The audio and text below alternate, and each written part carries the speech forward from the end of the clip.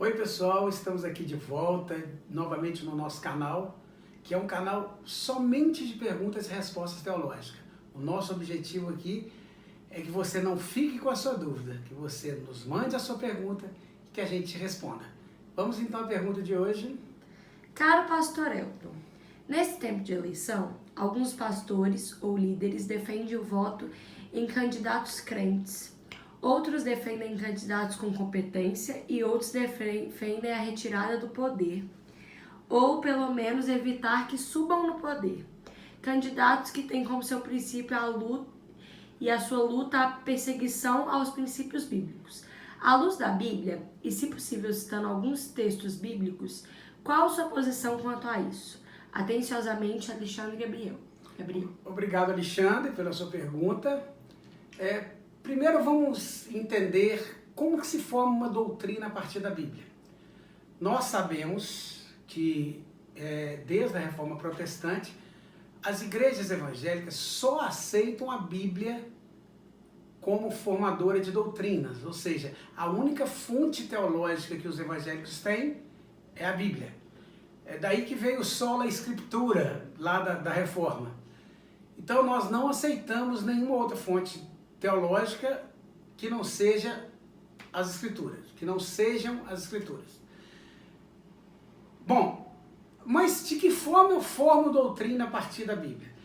Então, eu sigo uma escola teológica muito interessante, que evita você formar uma doutrina a partir de textos isolados, de onde saíram muitas heresias.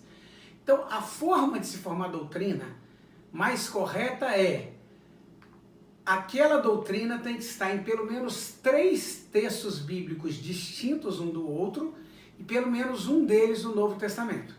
Então, essa doutrina que eu vou estar mostrando para vocês agora, que é uma doutrina bíblica, é formada a partir de 3 textos bíblicos e um deles no Novo Testamento. Se você está com a sua Bíblia aí, abre em Deuteronômio 17.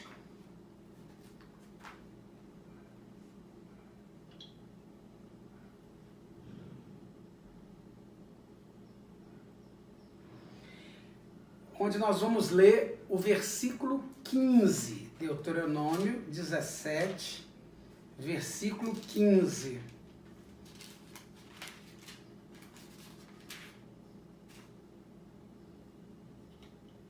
A palavra do Senhor diz assim: tenham cuidado de nomear o rei que o Senhor, seu Deus, escolher. Ele deve vir dentre os seus próprios irmãos israelitas. Não coloque um estrangeiro como rei, alguém que não seja israelita. Então o primeiro texto vai dizer o seguinte: você deve escolher como rei, presidente, governante, deputado, aquele que o Senhor seu Deus escolher, dentre os seus irmãos, ou seja, só dentre os cristãos. Aí alguém vai perguntar assim: mas qualquer governante que assume não é da vontade de Deus? Então a gente tem que fazer a diferença aqui: vontade permissiva de Deus ou desejo do coração de Deus. Bom, a vontade de Deus foi nos dar livre-arbítrio. Isso é vontade de Deus.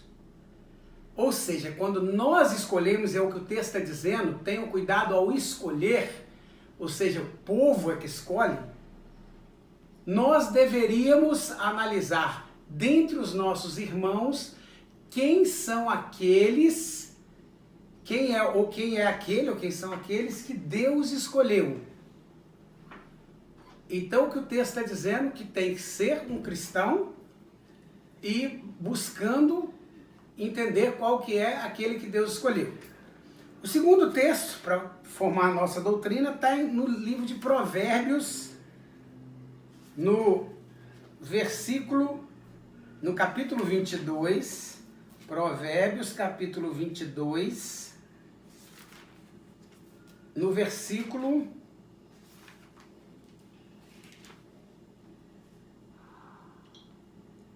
2. Provérbios 22, 2.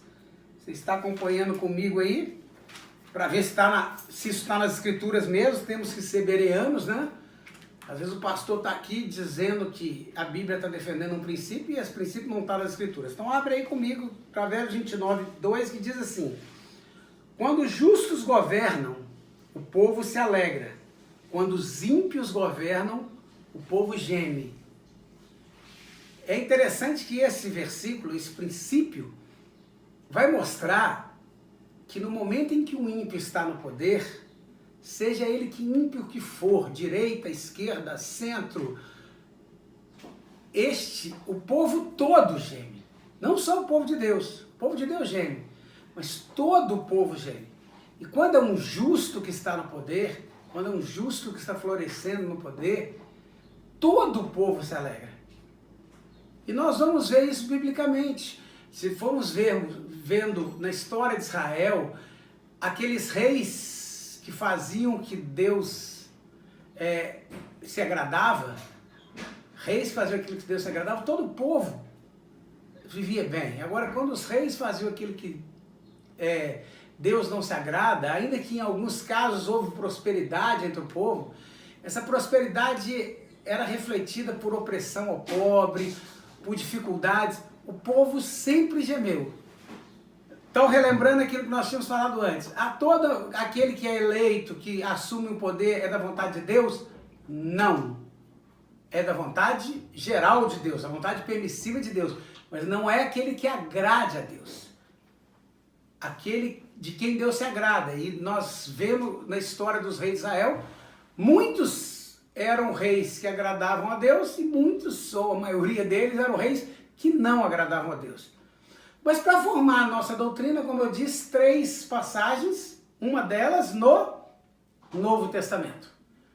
A passagem do Novo Testamento está em 2 Coríntios, capítulo 6.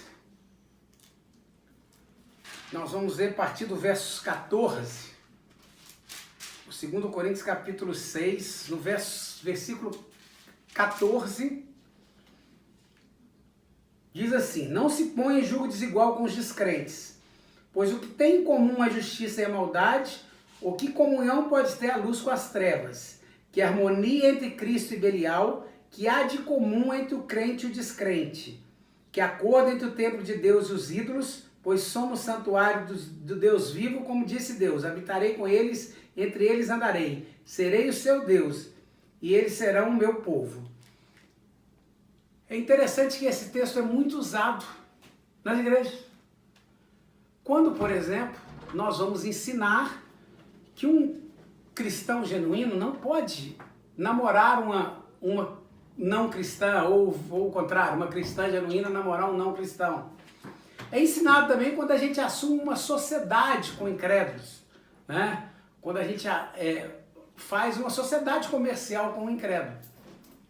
E é interessante como a gente não reflete que no momento em que eu estou votando em alguém, além de eu estar colocando lá um representante, ou seja, alguém que tem a minha procuração para votar por mim, para decidir por mim, para agir por mim, só aí já era claro que eu só poderia colocar alguém que pense da mesma forma que eu, ou que tenha a mesma fé que eu. Mas além disso, quando nós colocamos alguém no poder, votamos em qualquer pessoa que seja, nós estamos nos associando com essa pessoa. E isso é sociedade com incrédulo. Então a pergunta fica: se eu votar no ímpio, eu estou pecando? Sim. Se eu votar no não cristão, se eu sou um cristão genuíno e voto no não cristão, eu estou pecando. A segunda pergunta que foi colocada, né, que alguns pastores defendem que devemos votar no candidato mais competente. Essa é uma situação bem interessante se nós olharmos à luz teológica, à luz da Bíblia. Quem é o candidato mais competente?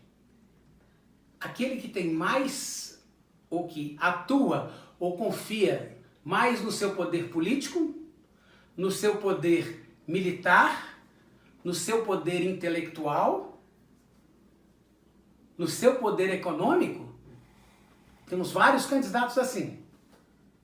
Ou aquele que confia no poder de Deus.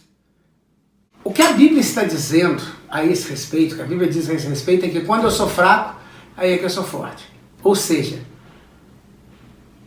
diferente de tudo que o mundo pensa, de todas as colocações acadêmicas, né? O que a Bíblia está dizendo é que o mais capacitado é o que tem menos capacidade, capacidade econômica, capacidade financeira, né? Capacidade política, capacidade militar ou capacidade intelectual. O que vai governar melhor é aquele que menos confia na sua própria capacidade e mais confia na capacidade de Deus.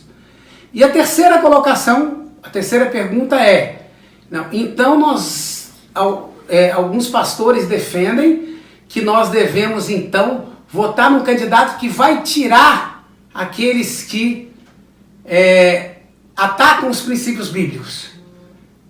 E me parece que esta é a questão que está imperando no Brasil hoje. Quando nós vemos uma série de pastores que estão apoiando um candidato não cristão, sem nenhum passado cristão, sem um discurso cristão, sem uma vida cristã, né? E por quê? Ou será que eles não conhecem esses princípios bíblicos? Talvez alguns desses pastores não conheçam, mas eu acredito que a maioria deles sabe, conhece esses princípios bíblicos. E eu vejo até alguns desses pastores que apoiam um candidato ímpio para a presidência da República usarem estes princípios para defenderem um deputado federal cristão ou evangélico, o qual eles apoiam. Os mesmos princípios. Valem num caso, não vale no outro.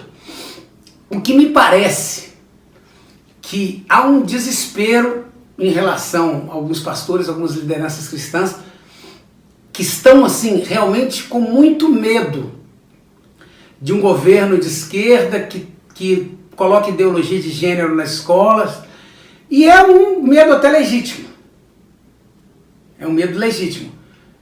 Eu também jamais votaria num candidato que defendesse ideologia de gênero, que defendesse algumas dessas coisas que a gente percebe que a esquerda brasileira defende. Agora, nós não podemos esquecer de dois aspectos. O fato de eu não querer A no poder não pode fazer com que eu abra mão de tudo que a Bíblia ensina para votar em B. A outra questão importante, e que infelizmente tem sido muito esquecida, até pela bancada evangélica brasileira no Congresso, é que a mesma Bíblia que ensina contra o homossexualismo, contra aborto, contra todas essas ideologias que a esquerda brasileira defende, é a mesma Bíblia que condena a injustiça social, a algumas posições de opressão ao pobre, ao trabalhador, que a direita brasileira assume. Então, na realidade, se eu deixo de votar, se eu quero tirar alguém que é contra os princípios bíblicos, que está no poder, ou que esteve no poder, que quer voltar para o poder, mas eu vou colocar lá alguém que é contra outros princípios bíblicos, embora defenda o que a gente chama de integridade moral, que até os fariseus defendiam, mas atacam aquilo que Jesus chamou de misericórdia, de piedade, nós estamos cometendo o mesmo erro. Espero que eu tenha respondido a você, Alexandre, a todos aqueles que estão me assistindo. Eu queria falar com vocês, né, que se sobrar alguma dúvida a esse respeito, ou a respeito de outros assuntos também, nós temos um site, o www.ministériojusticaepoder.com.br, onde essa e outras perguntas estão ali respondidas também. Visite o nosso site, vá lá, olhe os nossos estudos, comente. E em relação ao nosso canal, eu queria colocar uma outra coisa aqui. Freud dizia uma coisa que de repente nos faz refletir. Ele disse assim: a igreja só coloca questões para as quais ela tem resposta. As questões para as quais a igreja não tem resposta, ela não coloca. E eu quero dizer que não é o que nós fazemos aqui. Aqui quem coloca as questões são vocês. Nós não apresentamos questões nenhumas. Vocês colocam as questões. Vocês é que lançam as perguntas. E alguém pode falar assim: ah, então, se somos nós que colocamos as questões, somos nós que fazemos as perguntas, mas nós, aqui no caso do canal, poderíamos selecionar as perguntas de maneira que só respondêssemos aquelas para as quais nós temos resposta. Mas isso não vai acontecer. Todas as perguntas mandadas para o nosso canal vão ser respondidas. É uma garantia que nós estamos fazendo aqui. E aquelas que ainda não foram respondidas, serão ainda. Ninguém vai ficar sem resposta. Não existe questões que vão ser colocadas aqui para as quais nós fugiremos de responder. Então, se você tem a sua pergunta, sua dúvida teológica, deixa aí nos comentários do canal ou através do nosso e-mail, Ministério Justiça e Poder, justiquepoder@gmail.com, ou até através do nosso Instagram. Esses vídeos estão lá disponíveis também no nosso Instagram, ou pelo menos o acesso a eles está disponível no nosso Instagram. Ok? Então não deixe de responder as nossas perguntas, não deixe, deixe aí, né, aí no canal o seu like, e se inscreva no nosso canal, participe conosco, estamos aqui para te atender.